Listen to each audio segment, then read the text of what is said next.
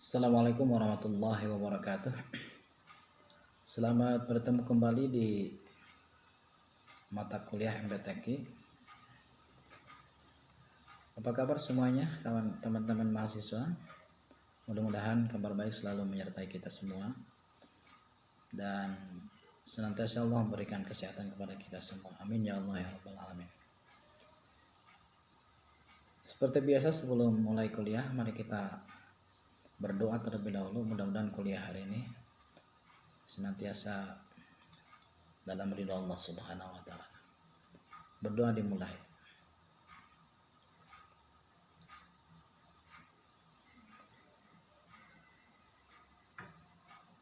Tema diskusi hari ini adalah tentang metode Hattaiyah. Hadir semuanya? Insyaallah mudah-mudahan semua bisa hadir dan menyimak perkuliahan pada pertemuan hari ini. Sekali lagi tema diskusi hari ini adalah tentang metode Hattaiyah. Diharapkan selesai mengikuti perkuliahan, rekan-rekan mahasiswa bisa mengetahui sejarah singkat tentang metode Hattaiyah, mengetahui tentang ketentuan atau sintak pembelajaran metode Hattaiyah, dan mampu melaksanakan atau mempraktekkan dari metode pembelajaran Hattaiyah ini.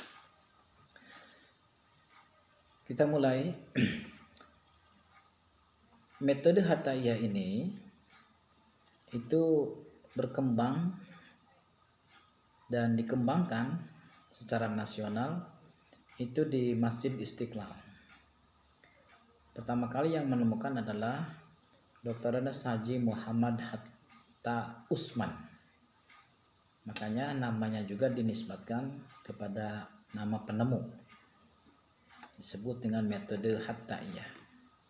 Dan ini berlangsung sejak tahun 1988. Lagi-lagi munculnya metode ini diawali dari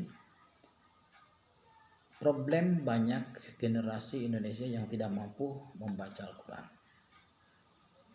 Selain metode Iqra, metode Libat, metode Al-Barqi, juga lahir metode Hattaiyah yang semua itu dalam rangka mengentaskan ketidakmampuan dalam membaca tulis Al-Quran. Menurut penemu metode ini hanya dibutuhkan waktu tidak lama, hanya 4,5 jam. Nah, kenapa hanya membutuhkan waktu 4,5 jam? Karena metode ini diharapkan mampu menjembatani kecenderungan yang serba instan itu. Itulah secara singkat lahirnya metode Hattaiyah. Jadi sekali lagi, metode ini lahir dari sebuah problem bahwa banyak generasi muda yang tidak bisa membaca Al-Quran. Maka Al-Ustadz Dr. Haji Muhammad Hatta Usman mencoba melahirkan sebuah metode namanya metode Hattaiyah. Nah, berikutnya bagaimana sintak dari metode Hattaiyah ini? Sebagai sebuah metode tentu ada langkah-langkah pembelajaran. Yang pertama, metode Hattaiyah ini berbeda dengan metode Al-Baghdadi. Kalau dalam Al-Baghdadi itu diejah. Nah, sementara di Hattaiyah itu tidak diejah. Semua dibaca sesuai dengan bunyi huruf. Tetapi nanti ada kaidah-kaidah lain yang harus diterapkan dalam pembelajaran metode Hattaiyah. Yang kedua, metode ini digunakan hanya untuk para siswa yang telah mampu membaca huruf Latin. Bapak ulangi, metode ini hanya diperuntukkan bagi siswa yang telah membaca huruf Latin. Kenapa? Karena nanti dalam proses pembelajarannya huruf-huruf hijaiyah itu akan dipadankan dengan huruf Latin. Konsekuensinya siswa harus sudah bisa membaca huruf Latin. Contoh, lam itu nanti dipadankan, disandingkan dengan huruf L. Mim itu dipadankan dengan huruf M. Artinya bahwa metode ini baru bisa diterapkan minimal di kelas 3 SD. karena diduga mereka sudah bisa membaca huruf hijaiyah. Nah, yang berikutnya, setiap huruf Arab yang dibaca, ulangi, setiap huruf Arab itu dibaca sesuai dengan padanan huruf Arab. Huruf Latin maksud Bapak. Jadi setiap huruf Arab itu dibaca sesuai dengan padanan huruf Latin. Jadi ketika huruf itu belum punya syakal, maka huruf Arab itu dibaca sesuai dengan padanan huruf Latin. Contoh, lam.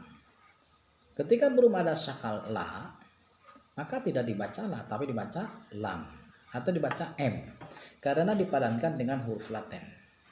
Contoh lain, ba, itu dipadankan dengan b. Maka ketika belum ada syakal, tidak dibaca huruf Arabnya, tapi dibaca huruf Latinnya, jadi b. Kecuali kalau huruf itu sudah ada syakalnya, baru dibaca sesuai dengan syakal. Ba, la, ma, dan seterusnya. Nah, sintak berikutnya adalah dalam pembelajarannya hanya diejah 4 halaman saja, lalu selebihnya adalah dibaca langsung. Nanti kita praktekkan bagaimana cara mempraktekkan pembelajaran dari metode Hatta'iyah. Itulah beberapa sintak dari metode Hatta'iyah. Kita ulangi. Yang pertama, metode ini baru bisa diterapkan pada siswa yang sudah bisa membaca huruf Latin. Alasannya karena huruf hijaiyah akan dipadankan disandingkan dengan huruf Latin. Yang kedua, yang dibaca ketika belum ada syakal, maka yang dibaca adalah padanan huruf Latin.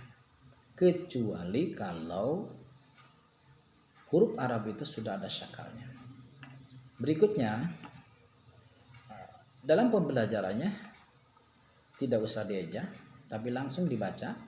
Dan ingat, tugas guru hanya mengajarkan judul saja. Nah, yang terakhir dari pengenalan tentang metode Hatta'iyah ini yang hanya membutuhkan 4,5 jam, ada paket-paket yang terdiri dari 4 paket. Yang pertama, paket pertama, siswa bisa membaca Al-Quran pada halaman mana saja. Tentu nanti bukunya sudah ada. Kemudian paket kedua adalah siswa lancar membaca Al-Quran.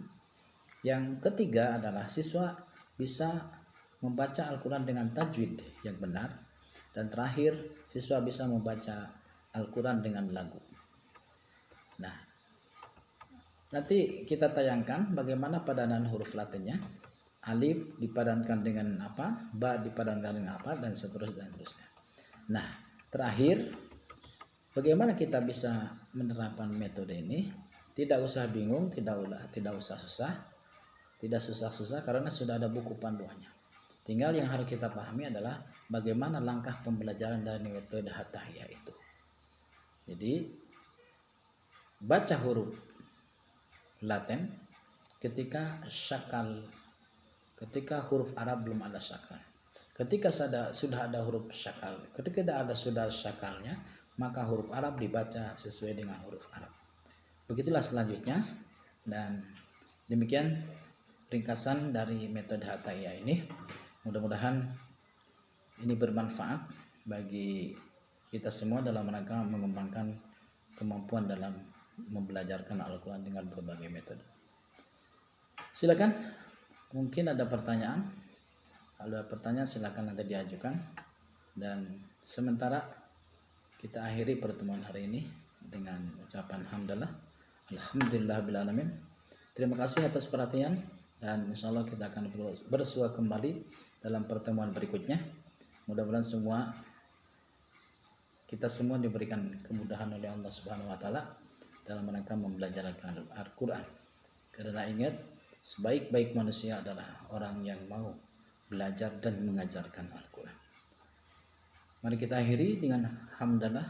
Alhamdulillahirrahmanirrahim. Assalamualaikum warahmatullahi wabarakatuh.